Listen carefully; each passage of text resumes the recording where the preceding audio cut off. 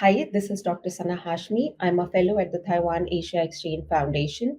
And this week in my Print on China column, I analyze the Chinese discourse on the US attempt to mediate in the Russian Ukraine war, as well as how Chinese role is being viewed within the Chinese discourse and what role could China play, and if China should play a role in this evolving situation in the Russian Ukraine war. So, uh, of course, with Trump coming back to power, the Russian-Ukraine war has once again become a hot topic, and it's just not globally, but also in the Chinese circle specifically.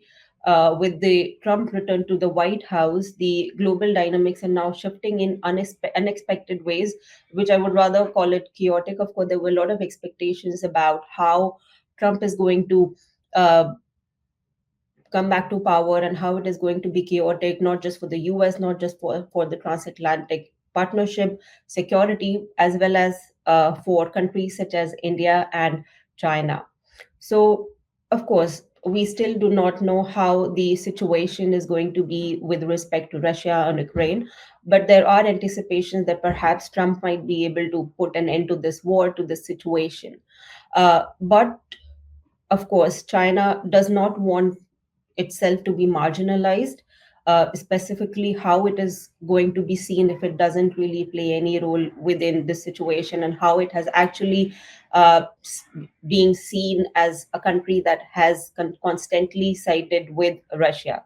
So, in such a situation, I have seen, of course, the official statement is something that we have to um, watch or hear from a very cautious perspective. But if you look at the discourse on the Chinese internet, in Chinese social media, and within the strategic community, there is a consensus that China should, or the leadership is absolutely eyeing this moment to expand its influence and redefine its role on the world stage and also within this global conflict resolution situation.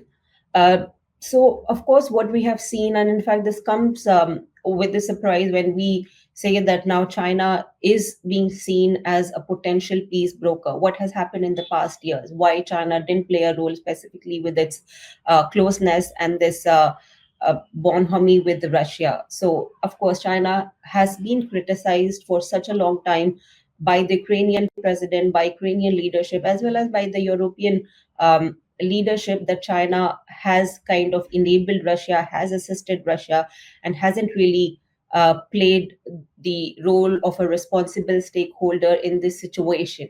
So Beijing has definitely consistently aligned itself with Russia, but now when it comes to Trump and when we are seeing Trump appeasing or praising Russian president, now I feel that the consensus, the perception of European leaders as well as Ukraine has kind of changed with respect to China, or at least is changing now. And this is primarily in comparison with what Trump has been doing and how Trump has been perceived. So perhaps I would go a step further and say that it's like China is seen or perceived as less of an evil in this situation. So now what we have also seen that Ukraine is now seeing China as a potential peace broker. So definitely the perception of Ukrainian leadership has also changed towards China. And I could say this after analyzing the recent meeting between the Chinese Foreign Minister Wang Yi with his Ukrainian counterpart at the Munich Security Conference. And it got a lot of attention, specifically within the Chinese internet and strategic community. And surprisingly, we have to focus on how and what words the Chinese leadership and Chinese officials are using, specifically in the diplomatic lexicon. So Wang actually referred to Ukraine as a friend.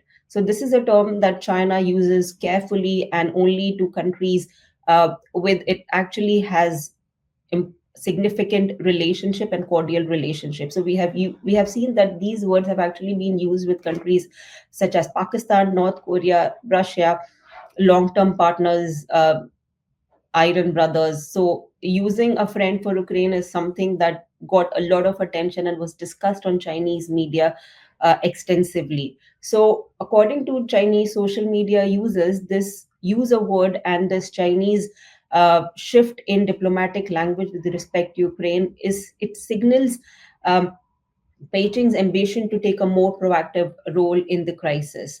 But at the same time, it does not really mean that China is actually distancing itself from Russia or sidelining Russia. Instead, it marks a broader contest between China and the US. So it's definitely not about Russia, or perhaps it's less about Russia, but more about that China is not willing to let US take the lead specifically in this situation, specifically when China was such an important partnership for Russia throughout this Russia-Ukraine war. So China definitely doesn't want Washington or Trump to become the hero in this entire situation. And this broader contest was described by a prominent scholar in Runman University, Chin Kangrong, who actually called it as a decisive battle. I do kind of agree with what he said, that this is going to be a decisive battle about who's going to be seen as an important player, or perhaps a country that is going to change or alter the global order. And I think this is definitely going to be one of the decisive factors, the who is going to uh, resolve, or who is going to play an important role of a mediator in this Russian Ukraine war. So now, also with this, and with the Trump praising Putin, uh, and also there is no doubt that the US assistance to Ukraine is definitely going to be reduced.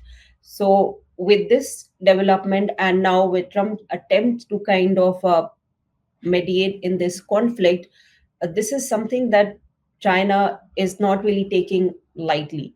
And in fact, after what China has done with respect to the Saudi Arabia deal, as well as it also announced that it brokered a ceasefire agreement in Myanmar. So imagine playing such a huge role in places where other countries are not even looking at. So, in such a situation, China is absolutely eager to fill the leadership vacuum, or at least trying to project itself as a benign or responsible stakeholder that has influence, and that could actually change the situation where other countries cannot really play an important role. So, in such a situation, I do believe and I do see that China is seeing Ukraine as a situation, as a country which could be its next diplomatic victory or a success. And in fact, there was a lot of praise for China within its strategic community, on in media, of course, but also on social media. So a researcher at Shanghai Foreign University, Chiang Feng, he actually pointed out how China's role at the Munich Security Conference was so prominent, that he contrasted China's presence and participation at the Munich Security Conference with the US Vice President J.D. Vance's isolationist approach. And he argued that many European leaders actually noticed this shift, with Chinese positioning itself as a more reliable partner for global governance, and perhaps Vance's avoidance of impact of Chinese moves on transatlantic partnership, on European security, and also the Russian Ukraine war and tariff. This is something that was totally avoided by one. So, this idea that the US is not really talking about the critical issues, the issues that are impacting the security of the region, both the strategic interest as well as economic security of the region, is something that has kind of created unease within the European leadership. And so there is definitely this contrast within how there is going to be widening gap between the European concerns, as well as how the US is going to address these concerns. And in such a situation, of course, there's going to be vacuum, there's going to be more divide between European leadership as well as US. So in such a situation, how China could actually position itself as a more reliable partner is something that is definitely being discussed on the Chinese uh, internet. And there are a lot of scholars who have been kind of advocating for the greater security role, or greater prospects for improving relationship with Europe. It's definitely being seen as a blessing in disguise for China, that the European leaders have actually followed the US approach of accusing China all the time. So now perhaps this is China's opportunity to portray itself as a reliable partner for European countries and strengthen ties with Europe. So now perhaps this is a time to do some damage control with the European countries. And in fact, a scholar from Tsinghua University, Xiao Qian, he kind of paid attention on how this omission of European security concerns, primary concerns, deepened unease, and how it is going to impact China's stance on the war and how it is going to impact China's relationship with the European countries, specifically with the Western European countries. But Wang Chunchang of the Chinese Academy of Social Sciences, he suggested that Trump's push for negotiations might not result in lasting stability. And this is something that a lot of scholars, a lot of officials from Europe as well have talked about that this might create the feel that there is peace, but this is not going to lead to the lasting perpetual peace within the region. And this cannot really happen without involving the European leaders, without involving the Ukrainian leadership, because definitely, of course, Trump has talked about the participation of Ukraine, invited the Ukrainian side as well. But then, despite that, Ukraine is hardly on the table, and the invitation was not even sent to the European leaders. So, how could US achieve lasting peace without the involvement of Europe, which is being directly impacted by this war?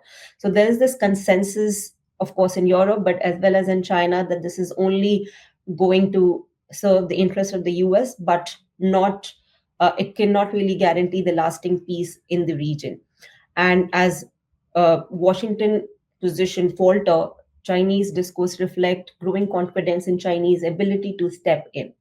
And Trump's desire for a China-led peace process has also been talked about. Trump talked about inviting China and, in fact, calling for China to take a greater role in this peace process. It aligns with his strategy, Trump's strategy, but is it really an equitable or a fair call for an inclusion of China? And I don't think that's the case. And in fact, this is something that we have also been seeing within Chinese discourse. So there are a few commentators, there are a few scholars who have been saying that this is just a strategy by Trump to end China, Russia, no test limit partnership. And it wants to end Russia's isolation so that Russia is not entirely solely dependent on China. And it definitely poses risk for China, which has long relied on the shared anti-Western sentiments with Russia. So some commentators, primarily on Paito, argue that Trump is selling Ukraine, is betraying Ukraine. It has actually backstabbed Ukraine to further his geopolitical goals. It's hardly about Europe, it's hardly about Ukraine, but it's about uh, positioning China in a way that it has to take the blame, that it has to kind of use its influence to convince other countries to accept what Trump is doing, but it's hardly about other countries. It's just about projecting that US is an important player. US is the country that resolved it. So that the benefit goes to the US, but the risks are shared by other countries. So this is the approach that the Chinese that we are seeing in Chinese discourse being discussed about. Trump's calling for China, Trump mediating in this conflict. So there's hardly anything that is being benign about Trump's approach, and this is the main argument within the Chinese discourse across all platforms. So in China's eyes, Trump's rapprochement with Russia could be seen as a betrayal, as many Weibo users also have been pointing out. For some, Trump's actions reinforce the notion that smaller countries like Ukraine are just pawns in larger geopolitical game, and this is how US is treating them. While Europe and Ukraine remain sidelined in the international conversation about them, about the war, the Chinese discourse position Beijing is an inclusive, responsible stakeholder. So, this idea that China could be a reliable mediator is very prominent among the Chinese strategic community and media. And this was also reinforced by a commentator, Shan Chi, who observed that Ukraine, who was one that was once skeptical of China, now seems more open to China's involvement. And this is primarily driven by shifting US attitude. So there's hardly any trust that is being placed within Trump or his administration. And as the global landscape shifts, China's firm and independent. And then there is not even a single article that has talked about China's closeness or China's bonhomie with Russia or China siding with Russia. All the articles have actually called China a neutral party or a country that has always advocated for negotiation or for all the parties coming on a negotiating table. So no one on the Chinese internal strategic community has talked about how how China was an important partner or an important assistance to Russia throughout the war. So this entire changing of narrative from um, being a close ally of Russia to this firm and independent, reliable mediator stakeholder in the war is something that has kind of a way to change the narrative about China's role in global conflict mediation. And in fact, a lot of scholars, a lot of online users kind of calling China a mainstay in global conflicts. Of course, taking the examples from the past, not this war, but taking the example from the past, they're actually portraying China as an effective, much more effective than Trump in Russia-Ukraine war. And then no one is actually also talking about China using its influence with Russia to end the war, because this could have happened long back. So this is also very interesting that none of the scholars, none of the users on Weibo or commentators have said that China could have done that or China could perhaps now do that. It's as simple as just China being neutral, China having more weight than Trump, or China just doing it for regional stability. So this is a change in narrative. And this is something that, if we look at the Chinese discourse closely, this has been portrayed, this has been the main argument about China, that how China has been such a benign player within this broader context. So after after analyzing Chinese discourse, I would say that this is an opportunity uh, that is being seen from the Chinese side to assert itself as a key player in global conflict resolution, especially as the trust in the US is diminishing rapidly. So, by positioning itself as a more benevolent alternate to Trump's divisive approach, the belief is that China could not only shape the narrative around the war, but could also strengthen its ties with Europe, its global ambition, but could also uh, end the war. And this is the main argument about China's potential role in the Russia-Ukraine war. But of course, we have to wait and watch if China actually plays a role, if it considers it worthy to play a role to use its influence on Russia, or perhaps to use this renewed interest of Ukraine to um, end the war. So I feel that we have to wait and see how actually China sees itself or project itself in the Russia-Ukraine war.